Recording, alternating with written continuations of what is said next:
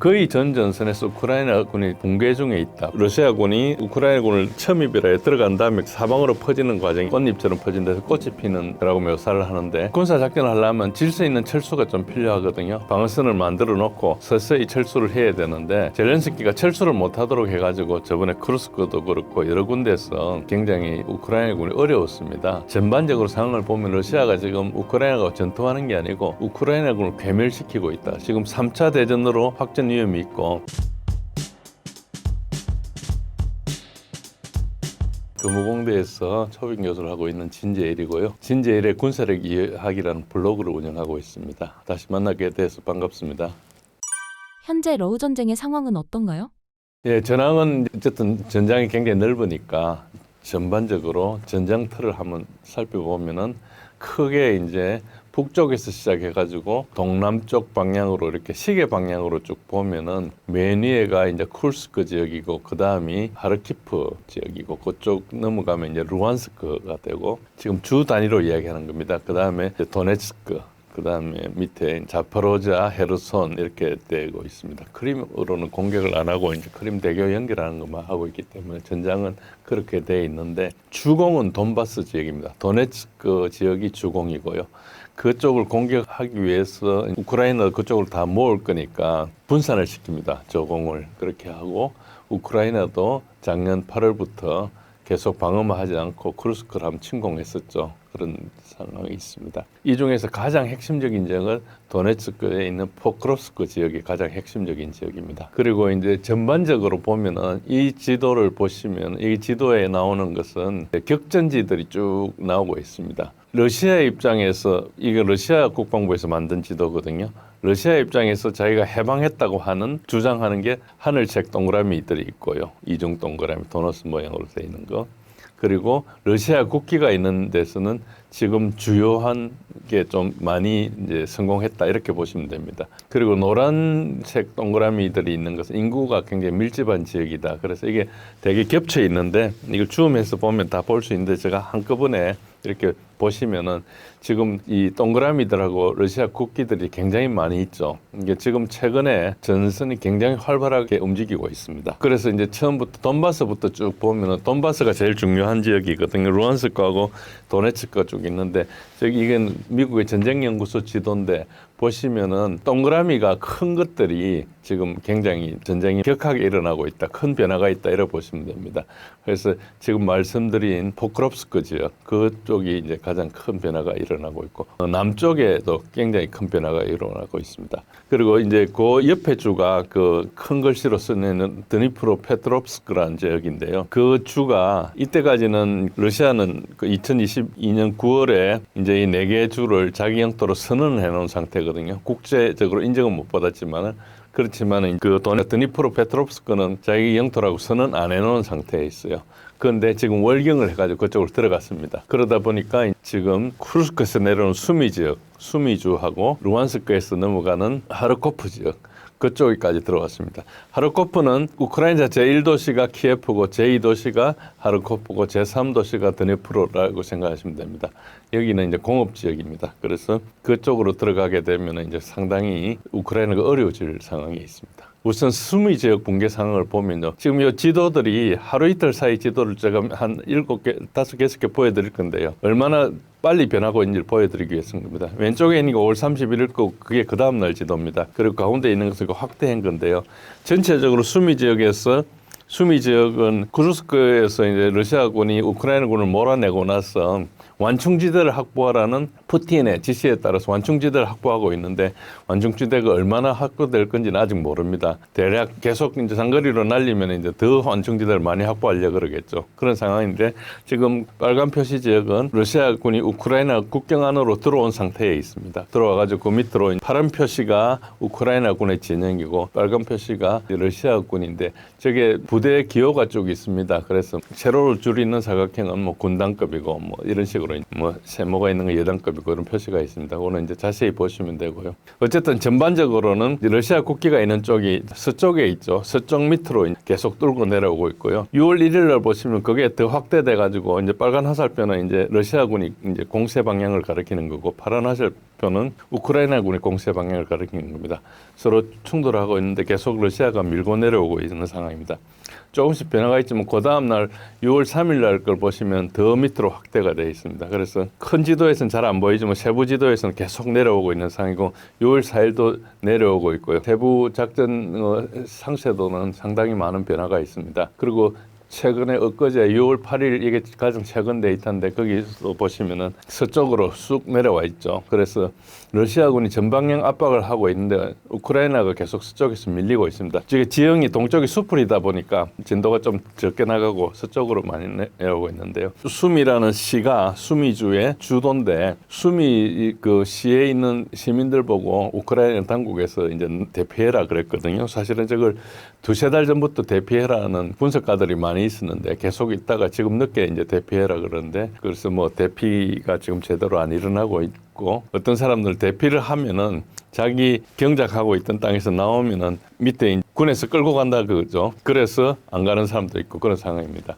그리고 6월 9일 날 가장 최근 지도는 오른쪽은 아까 보여드린 수미 지역이고 왼쪽에는 우크라이나군이 러시아군 오른쪽을 막기 위해서 왼쪽으로 공격을 좀 하고 있습니다. 그래서 이제 분산을 하는 거죠. 그래가지고 동쪽의 압력을 좀 완화하기 위한 거로 이렇게 전체적으로 보고 있습니다. 그러나 이게 압도적으로 러시아가 밀고 있기 때문에 상당히 여기 수미에서는 어렵게 돼 있다. 그래서 우크라이나가 쿠르스크를 침공하지 않았으면 저 작전을 할 수가 없었을 건데 하는 바람에 지금 부작용이라고 보시면 됩니다. 그 다음에 이제 다시 그 시계 방향으로 가서 리만 그 루안스크 지역부터 말씀드리면은 이게 지난번에 나왔을 때 제가 리만 지역의 지도를 보여드린 4월 7일 지도고요. 이거는 이제 최근에 있는 6월 5일 지도입니다. 이 크기가 좀 다르기는 한데 보시면은 오른쪽에 있는 게 확대된 지도인데 그때보다 훨씬 많이 튀어나가 있고 저걸 우리가 꽃이 핀다 그래요. 들어간 다음에 러시아군이 우크라이나군을 첨입이라 해 들어간 다음에 그 다음에 사방으로 퍼지는 과정이라 해서 꽃잎처럼 퍼진다 해서 꽃이 피는 거라고 묘사를 하는데 정말 그래 보면 그렇게 됩니다.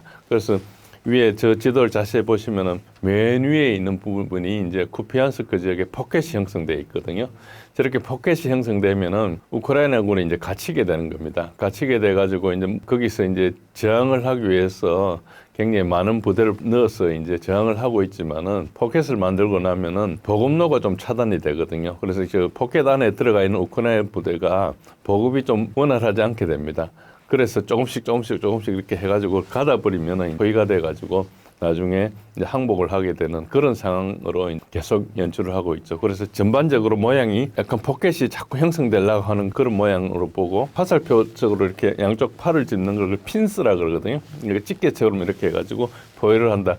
그런 식으로 작전을 한다고 보시면 됩니다. 그래서 뭐 옛날처럼 대규모 기동을 확 뚫고 가고 이런 게 있는 게 아니고 지금은 전장이 투명하니까 그렇게 하다 보면 희생이 크니까 계속 포위를 하는 식으로 하고 그 안에 들어오면은 이제 포켓 안에 들어오면 화력으로 이제 계속 때리고 이런 식으로 일어난다 이렇게 보시면 됩니다. 그 밑으로 내려오면 이제 도네크 지역에 차서브야라는 지역이 있는데 여기는 아까 말씀드린 대로 포크로스크하고 이제 콘스탄티노프카하고 사이에 있는 큰 포켓을 형성하고 있는데 차서브야가 이렇게 나와 있습니다. 이게 굉장히 느린 건데요. 그 옆에 오른쪽에 있는 도시가 이제 바흐무트입니다. 바흐무트를 점령한 게 2023년 5월 달이었습니다. 그러니까 지금 만 2년 동안 저 정도밖에 못 나간 거예요. 그런데 잘 보시면은 분홍색 선이 쭉 굵은 선이 이제 전선 따라 있죠. 그게 이제 9월 17일 날 선입니다. 9월 17일 날 선이고 그 다음에 지금 파란 선들이 지금 현재 있는 선들이거든요. 파란 선하고 파란 선은 우크라이나 선이고 빨간색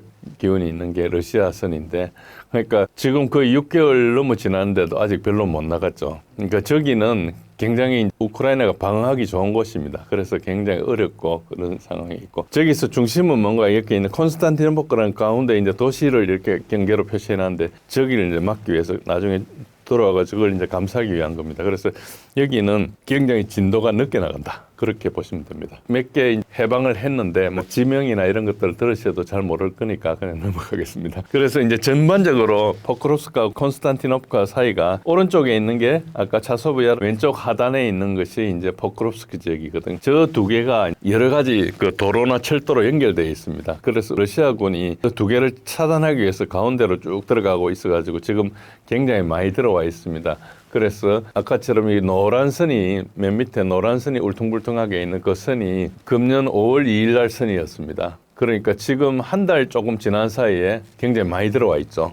저게 거의 1년 동안 거의 안 움직인 선이 지금 움직이고 있는 거거든요. 그리고 꼽히는 것처럼 온 군데서 이제 모든 데서 러시아군이 앞으로 쭉쭉 나가고 있죠. 그래서 지금 포크롭스크하고 콘스탄티노프카 저 전선을 우크라이나군이 막기 위해서 엄청난 부대를 투입해 있는데 굉장히 지친 상태에 있다. 그래서 지금 인원도 부족하고 해서 좀 속도가 지금 굉장히 나고 있다. 그렇게 생각하시면 됩니다. 요 그림은 어디 있는 동영상을 제가 캐치해 온 건데요. 왼쪽 시계 방향으로 이렇게 그림을 순서대로 하면은 맨 처음에 3월 17일 그림이고 그 다음에 이제 4월 1일 그림이고 그 다음에 5월 1일 그림이고 그 다음에 6월 1일 그림입니다. 보시면은 굉장히 그 빨간 쪽이 금방금방 올라와 있죠. 그래서 최근에 한 달여 동안에 엄청나게 빠른 속도로 움직이고 있다 생각하시면 됩니다. 그래서 지금 전선이 굉장히 이때까지는 굉장히 교착 상태에 있었는데 지금 굉장히 많이 움직이고 있다고 생각하시면 되고요. 그 다음에 요 밑에는 그 포크롭스크 밑에입니다. 밑에 지역인데 이렇게 지금 보시면은 파란 부대 기호들 굉장히 많죠. 여러분들 군사 하시는 분 아시겠지만 왼쪽에 있는 큰 깃발이 저게 야전군 사령 깃발이라고 보시면 됩니다. 그 안에 군이 두 개가 있어요. 큰 깃발에 가로로 이렇게 아래 위로 줄라 있는 게 이제 군 표시고요. 그 밑에 있는 세로로 있는 것들은 이제 군단 표시고 리본 모양은 사단 표시고 위에가 높은 사다리꼴 모양으로 되어 있는 게 저게 여단 표시고 그렇습니다. 그 밑에 가면은 연대 표시 그리고 이제 대대 표시 삼각형은 대대 표시고 그 밑에 이제 여단과 거꾸로 되어 있는 것 저거는 이제 보급 기지고 이렇습니다. 그런 식으로 이제 되어 있는데 저 안에 있는 게 군급으로 들어있기 때문에 굉장히 많은 군인이 와 있는 겁니다. 병력이 지금 어느 정도인지 모르지만 부대는 굉장히 많이 있고 여단만 해도 한 30개 가까이 들어와 있습니다. 저렇게 되어 있는 상황이니까 엄청나게 전투하고 있는데 보시면은 화살표가 거의 다 빨간 화살표죠. 파란 화살표가 거의 잘 안 보입니다. 일부 보이기는 하는데 잘 안 보이죠. 그러니까 이제 계속 이렇게 밀어붙이고 있다고 보시면 됩니다. 그리고 여기는 그림을 잘 보시면 4개의 전선이 있는데 그 각각이 작년 10월 31일에 이제 핑크색으로 되어 있는 거고 그 한 달 후 11월 31일께 약간 노란색으로 되어 있고 그다음에 초록색으로 되어 있는 게 금년 1월 1일 책이고 4월 1일 책이 이제 조금 더 내려가지고 빨간색인데 그 빨간색하고 그 사이에도 상당히 좀 진도가 나가 있는 그런 걸로 볼 수 있습니다. 그래서 최근에 움직임이 좀 많다 이렇게 보시면 됩니다. 그리고 이제 이게 앞으로 어떻게 될 것이냐 이거는 이제 제 생각이고 제가 다른 전문 분석하는 사람들 생각을 보고 이제 종합한 건데요.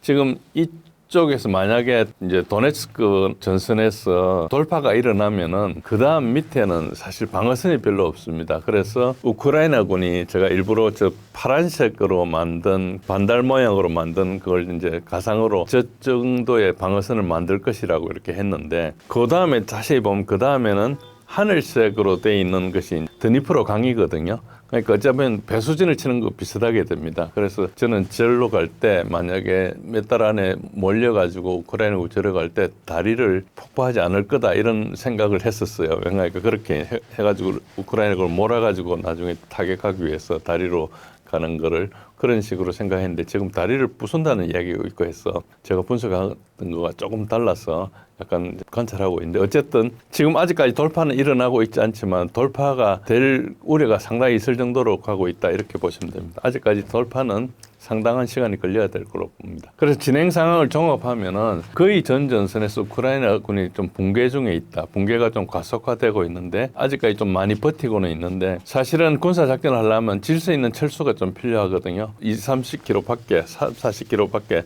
방어선을 만들어 놓고 서서히 철수를 해야 되는데 젤렌스키가 철수를 못하도록 해가지고 저번에 크루스크도 그렇고 여러 군데서 굉장히 우크라이나군이 어려웠습니다. 그래서 꼭 히틀러 같은 그런 인상을 주고 있는데 이제 젤렌스키 입장에서는 계속 밀리고 있으면 안 되니까 프로파간다를 위해서 쥐고 있다는 인상을 주지 않기 위한 거거든요. 그러니까 젤렌스키가 자기 돈으로 자기 무기로 전쟁을 하는 게 아니고 서방의 지원을 받아가기 때문에 막 지고 있다 그러면 지원이 안 올 공산이 되게 크거든요. 그래서 이제 계속 프로파간다를 해야 되는 것은 사실 맞습니다. 젤렌스키 입장에서는. 그렇지만은 냉철하게 군사 작전을 해야 되는데 그렇게 좀 못했고 아까 이제 수미적 말씀드린 것처럼 사실은 2-3달 전부터 철수를 시켰어야 되는데 계속 잘 싸우고 있다 선전하다가 갑자기 이제 지금 공격이 오니까 시민들 보고 위험하라고 나오라 그러니까 모순이 있죠. 아까 말씀드린 대로 사람들이 철수를 안 하고 있습니다. 또 가장들이 강제 징집돼서 또 전선으로 가야 되는 그런 것 때문에 그래서 전반적으로 병력 상황이 굉장히 어렵다. 근데 정확하게 군사작전을 하려면은 질서 있는 철수를 위해서 방어선을 좀 만들고 이렇게 해야 되고 갑자기 무질서하게 철수한 피해가 굉장히 많습니다. 장비도 버리고 와야 되고 철수 막 하다 보면 오히려 더 두드려 맞기 더 쉽거든요. 반면에 2022년 9월에 러시아가 헤르손 철수할 때는 굉장히 질서 있게 철수했어요. 이미 다 철수해놓고 나서 대외적으로 철수 사실을 공표할 정도로 철수를 알리지 않고 이렇게 했거든요. 그렇게 나중에 그러다 보니까 철수했다는 사실을 뒤늦게 알아가지고 우크라이나군이 막 러시아군을 추격하다가 러시아군이 미리 설치해놓은 방어방에 걸려가지고 오히려 철수를 공격했던 우크라이나군이 굉장히 큰 피해를 그때 많이 입었습니다. 그 정도로 철수를 잘하는 게 굉장히 중요한 건데 지금 대조되고 있죠. 그런 거 있고요. 특히 이제 도네츠크에서 이제 굉장히 우크라이나군이 붕괴 중에 있고 아까 말씀드린 대로 드네프로 주로 러시아군이 진입한 상태입니다. 그래서 현재 러시아군이 진출한 주는 이미 선언했던 4개 주에다가 루안스크, 도네츠크, 자포로즈, 헤르손에다가 새로 하르키프, 수미, 그리고 드네프로, 페트롭스크 7개 주에 해당됩니다.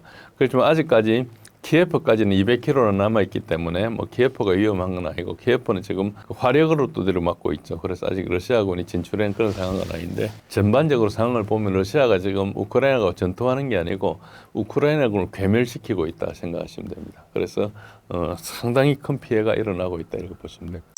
러시아 공군기지 드론 폭격은 어떤 사건인가요? 전략 폭격기를 이제 드론을 공격했는데 오른쪽에 있는 것은 우크라이나가 주장하는 것들이나 이런 것들입니다. 뭐 117개의 드론으로 전략 폭격기가 러시아가 한 120대 정도 있는데 그 중에서 우크라이나가 주장하기로 한 40대를 깼다. 그래서 뭐 34%를 깼다 주장하는데 서방에서는 뭐 한 20대 정도 깨지 않았나 이렇게 이야기를 하고 뭐 그때 거의 70억 불어치 뭐 손해를 입혔다 이런 주장이 있는데 그 밑에 있는 그림은 5개 기지에 대해서 공격을 했는데 2개 기지 말고 3개 기지는 다 막았다 그러고요. 2개 기지에 대해 피해가 있는데 그걸 우크라이나에서는 오퍼레이션 스파이더 웹이라 그랬죠. 전략 폭격을 파괴했는데 최근 주장은 작게는 3대에서 7대 주장이 많고 그리고 한 14대까지 피해를 입었다는 주장도 있는데 러시아에서는 다 수리 가능하다고 주장을 했습니다. 그런데 이제 그게 어떤 의미인가 하니까 어떤 그 예를 들어서 에이왁스 같은 그런 항공기들은 엔진이 없는 것들도 있었거든요. 그러니까 그게 운행하는 게 아니고 스크랩해서 이제 예를 들어서 부품 같은 거 뜯어가지고 필요하면 쓰고 하려고 나왔던 그런 비행기들도 이제 좀 부수은 것 같아요. 그래서 미국의 아리조나 사막 가면 비행기들의 무덤이라 해가지고 옛날부터 비행기를 쭉 나열하고 있다가 필요하면 그거 뜯어가지고 다시 뭐 쓰기도 하고 하지 않습니까? 그거 같은 것도 몇 개 떨어뜨린 것 같고 그리고 이제 TU-95라는 게 좀 옛날 항공기거든요. 그래서 뭐 새로 생산은 못하지만은 엄청나게 이제 높은 건 아니기는 하지만 그래도 이제 전략 폭격기니까 전략 폭격기는 그 삼축 체계 하나에 해당됩니다. 핵전력을 투사할 때 바다에서 투사하는 것을 SLBM 그리고 공중에서 투사하는 게 전략 폭격기고 그리고 지상에서 투사하는 것은 사일로에서 하는 거랑 텔에서 하는 거랑 두 가지가 있죠. 트럭에 싣고 하는 거랑 이렇게 하는 게 있는데 그 전략 폭격기는 이제 그 삼축 체계의 하나니까 그걸 건드리는 것은 러시아한테 상당히 엄중한 것이죠. 그래서 러시아가 신경이 많이 쓰였을 겁니다. 그런 상황이고요. 그 다음에 그것보다 몇 시간 전에 테러 공격을 했죠. 그래가지고 브리안스크하고 크루스크에 교량을 붕괴시키는데 거기에 마침 그때 이제 기차가 이렇게 부딪혀가지고 사상자가 발생했는데 전시에 이제 교량이나 철도는 군에서 사용 가능하기 때문에 표적이 될 수 있습니다. 그래서 합법적이라 우길 수는 있는데 전선하고 멀리 떨어진 데다가 결과적으로 방학이나 휴가 가는 민간인들 애들이 많이 죽었거든요. 그래서 이걸 누구도 합법적으로 받아들일 수는 없습니다. 그게 뭐 전쟁에서 그게 보급길이 된다든지 굉장히 핵심적인 것 같으면 당연히 표적으로 인정받을 수 있지만 그냥 민간이 사는데 그렇게 한 거거든요. 그래서 이건 테러 공격으로 분류돼가지고 오히려 크게 손해를 본 그러니까 젤렌스키 쪽에서 국제적인 여론 아무리 같은 편이라도 테러 공격에 대해서 할 수 없지 않습니까? 그런 부분이 있고 이제 그거를 테러라고 규정을 했기 때문에 테러는 어떤 문제가 있는가 하니까 9.11이 일어나면서 미국이 이제 대테러전을 했지 않습니까? 그때 푸틴이 당시 부시 대통령한테 전적으로 지원해주겠다. 그래가지고 아프간 공격하고 할 때 러시아가 많이 도와줘서 할 수 있는 것은 심지어는 공격도 좀 열어준 걸로 알고 있습니다. 그 대테러전 그러면 지난 25년 동안에 미국의 주요 테마였는데 이제 러시아가 그걸 당하기 때문에 그러면 미국에서 명분이 이제 테러로 분류되면 굉장히 어렵지 않습니까? 그런 상황이 좀 발생했죠. 그래서 저거는 전술적으로 성공했지만 전략적으로 실패한 공격이라고 볼 수 있습니다. 러우 전쟁이 쉽게 끝나지 않는 이유는 무엇인가요? 쉽게 끝나지 않는 것은 끝낼 생각이 없는 것이 이제 가장 큰 거고요. 그리고 장기적으로 보면 러시아의 정치적 목표는 대테러전으로 지금 약간 바꾸고 있습니다. 그런데 우선 조금 더 다시 들어가 보면은 일단 젤렌스키가 끝내면은 자기는 일단 모든 게 다 넘어가는 상황입니다. 그러니까 일단 젤렌스키는 지금 임기가 끝난 상태에서 1년 넘어 동안 지금 대통령을 하고 있잖아요. 비상계엄을 이유로. 뭐 역사상 처음 있는 일일 거예요. 임기 가지고 뭐 전쟁을 이유로 들어가지고 전쟁이라도 예를 들어서 전쟁했던 뭐 프랭크 루즈벨트 대통령 같은 거 4번이나 이제 선거를 했지 않습니까? 전쟁 2차 대전 하면서도. 그런데 뭐 여튼 선거 때문에 그런데 그건 말이 안 되지 뭐 어쨌든 우크라이나 내부 상황이니까 그렇다 하는데 문제는 뭔가 하니까 이제 러시아하고 협의를 해야 되는데 협상을 하면서 러시아는 지금 법적으로 하자가 있는 젤렌스키 정권하고 협상을 못 하는 게 되는 거예요. 대안은 할 수 있지만 사인을 나중에 하게 됐을 때 후임이 와가지고 그 사람은 불법이었다 이렇게 이야기하면 이제 또 보면은 우리 전세 사기나 이런 것처럼 엉뚱하게 되지 않습니까? 사인하지 않아야 될 사람이니까 그런 상황이 있는 거예요. 그래서 계속 이제 트럼프 대통령이 압력을 한번 넣기도 하고 2월달에 뭐 불법이라고 뭐 독재자라고 이야기하기도 하고 뭐 여러 가지 이야기를 했는데 현재로는 지금 젤렌스키는 자기 정권에 좀 문제가 되고 문제는 또 유럽에서 굉장히 밀어주고 있거든요. 그래서 이제 젤렌스키 자체도 문제지만 유럽에서 계속 전쟁을 끝내지 마라 이렇게 하고 있는 게 가장 큰 거고요. 러시아 입장에서는 지금 이 상태로 그냥 휴전하거나 종전을 해버리면 이제 사태 수습이 안 되는 거죠. 그래서 러시아 입장에서는 이거를 어떻게 보는 거 아니까 우크라이나는 정상이라 보는 거예요. 병이 아니고. 병은 계속 이제 러시아를 공격하는 그 어째 보면 나토나 유럽의 어떤 그런 문제가 있기 때문에 푸틴은 계속 주장하기로 국제적인 어떤 규정을 만들어 가지고 이런 전쟁이 안 나게 만들자 이런 평화 구조를 만들자 이런 이야기를 하기도 하고 뭐 아시다시피 90년대 이럴 때는 러시아를 나토에 가입시키려고 했었어요. 클린턴 대통령 시절에 나중에 이제 비밀 문서가 해제돼가 나왔었는데 나토에 가입시켜 가지고 나토 국경을 어디까지 하는가 중국하고 국경까지 이렇게 하려고 하는 생각도 했었어요. 그러니까 나토가 냉전이 끝나고 나니까 어떻게 가야 될 바를 말라가지고 이렇게 저렇게 했었죠. 그다음에 푸틴이 대통령이 된 다음에 클린턴 마지막 임기 때 한 1년 겹치는 그 시기에 또 푸틴이 클린턴한테 우리도 나토 가입시켜달라고 이야기도 했었어요. 그때는 이미 그게 한 10년 전에 그게 지나간 상태지만 어쨌든 그래서 나토가 사실은 굉장히 애매한 상태로 계속 하고 있는데 지금은 결국은 러시아를 공격하기 위한 조직으로 바뀌어버린 거죠. 그런 상황이 있고요. 그리고 러시아에서는 이게 어차피 전쟁을 빨리 끝내고 늦게 끝내고 이런 걸 떠나서 근본 문제를 해결해야 된다 이렇게 생각하기 때문에 이번에 대충 하고 난 다음에 또 전쟁이 일어나고 이렇게 하다 보면 나라가 감당을 할 수 없으니까 전쟁을 한 김에 끝까지 해서 끝을 내자 이런 걸 가지고 있죠. 그런데 이제 테러 공격을 했지 않습니까? 전략 폭격기도 때렸고 다리도 부수고 해가지고 그 테러 공격을 하고 나면은 그걸 뭘로 보셔야 되는 거예요? 테러는 약자의 하나의 방법이거든요.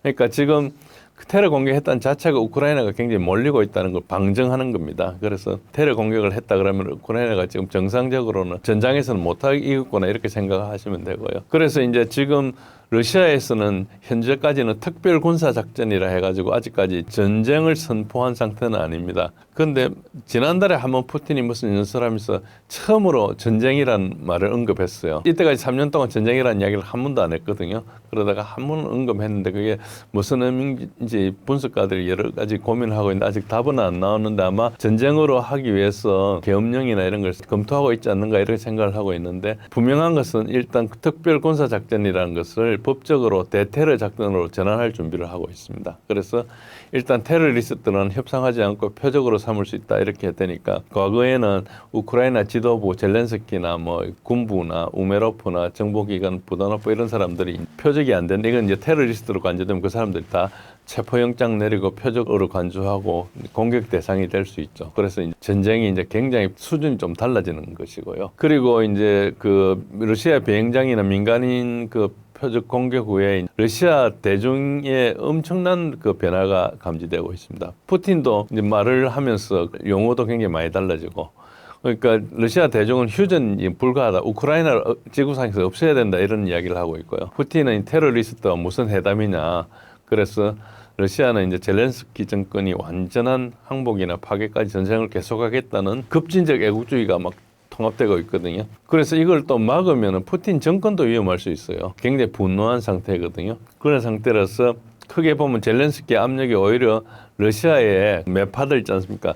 친전쟁 세력이 결집되고 전쟁 목표를 대략 디나치피케이션, 디밀리타리제이션 하는 특별 군사 작전에서 벗어나 가지고 우크라이나 아예 없애버려야 된다. 이런 식으로 나가고 있기 때문에 러시아 내에서는 굉장히 파괴력이 있습니다. 그리고 미국에는 트럼프 주변의 마가 세력들이 이제 끊어야 된다. 유명한 트럼프의 전 고문 스티브 배넌이나 심지어 이번에 러우전 특사로 우크라이나 쪽에 친우크라이나에 있는 켈로그 장군도 미국이 우크라이나에 대한 군사 지원을 중단해야 된다 주장하고 있습니다. 그 이유는 지금 3차 대전으로 확전 위험이 있고 전략폭격기 비행장 공격이 일단 미국하고 러시아 간에 있는 유일한 조약인 뉴스타트 조약, 현재는 약간 홀드 상태에 있지만 아직 법적으로 살아있는 조약이거든요.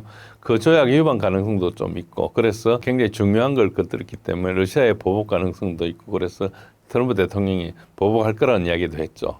그런 이야기가 있고요. 그리고 젤렌스키는 자기 생각에는 러시아가 이렇게 되면 서방을 공격할 거다. 그러면 서방이 러시아와 전쟁을 시작하겠다. 이 전쟁을 붙이는 걸 생각했는데 어쨌든 서방에 대해서 공격을 하지 않고 있죠. 그러나 지금 미국에서는 현재까지 군사적 지원하고 정보 지원이 있는데 정보 지원을 계속하고 있죠. 군사적 지원은 바이든 대통령 때 약속했던 것만 하고 있거든요. 그게 떨어지면은 미국에서 트럼프 대통령이 새로 지원해 줘야 되는 그런 걸 기대할 수 있는데, 그걸 이제 판단하면서 만약에 우리가 더 많은 미사일을 제공하면은 우크라이나군이 러시아군을 물리칠 수 있을까 이렇게 판단을 했을 때 사실은 미국 예산해 보니까 이게 안 되겠으면 안 주는 게 낫잖아요. 그런 판단을 지금 하고 있는 걸로 하고 있고, 젤렌스키는 또 BBC 인터뷰에 나가 거짓말 좀 했어요. 그래서 미국이 자기한테 줄 방공미사일 중동으로 전환시켰다고 했는데 사실은 이스라엘의 구형 패트리어트를 우크라이나에 제공한 거거든요. 그래서 이스라엘에서 그걸 또 누가 나가 이야기를 했습니다. 그래서 바로 하루도 안 돼가 거짓말 들통날 이야기를 계속하고 하다가 지금 젤렌스키는 거의 신뢰를 다 잃은 상태라 보면 됩니다. 그런 상태로 하고 있고, 조금 더 말씀드리자면 마가 지지자들, 지금 트럼프의 유일한 정치적 배경인 마가 지지자들 사이에서는 우크라이나하고 러시아가 싸우도록 내버려두자는 그런 분위기가 형성되어 있습니다. 그래서 그 형성에 맞추어서 며칠 전에 있었던 람스타인 그룹 미팅이라고 해서 이제 우크라이나 지원 연락관 그룹 회의가 있습니다. 거기에 피터 헥세스 미 국방장이 처음으로 불참했어요. 줌으로도 참가 안 했어요. 그러니까 과거에는 몸이 못와도 줌으로 참석했던 적이 있었는데 지금은 안 갔거든요. 그래서 이게 거의 마가 세력 하자는 대로 하고 있지 않는가 싶고요. 미국 내에서는 젤렌스키를 제거하자, 사람을 죽이자 이런 게 아니고 선거를 하게 한다든지 이런 식으로 해가지고 젤렌스키를 내려야 된다. 젤렌스키가 있는 아무것도 안 된다. 이런 움직임도 있습니다. 그게 공식화되지는 않지만은 그런 이야기가 거론되고 있는 그런 정도입니다.